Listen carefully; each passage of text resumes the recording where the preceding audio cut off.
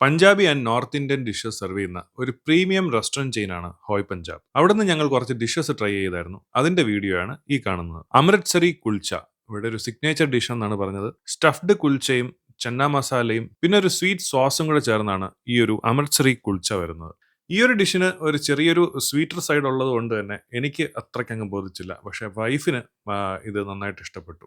ആള് ഈ dish super ആണെന്നാണ് പറഞ്ഞത്. അതുകൊണ്ട് തന്നെ അത് ശരിയായിരിക്കും. അടുത്തതായിട്ട് ട്രൈ ചെയ്തത് ചീസ് നാണാണ്.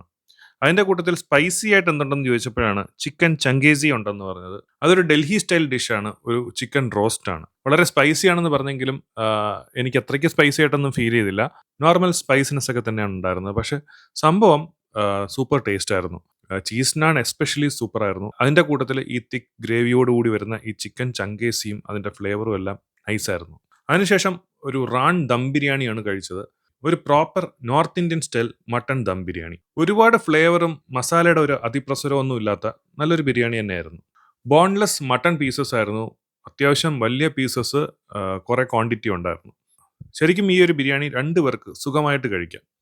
അതിനുശേഷം ലസ്സി കഴിച്ചു. ഒരു സ്വീറ്റ് ലസ്സിയും ഒരു കേസർ പിസ്ത ലസ്സിയാണ് കഴിച്ചത്. ഡെഫിനറ്റ്ലി നിങ്ങളിവിടെ വരികയാണെങ്കിൽ ഈ കേസർ പിസ്ത ലസ്സി ഒന്ന് ട്രൈ ചെയ്ത് നോക്കാൻ ഞാൻ പറയും. നല്ലതായിരുന്നു.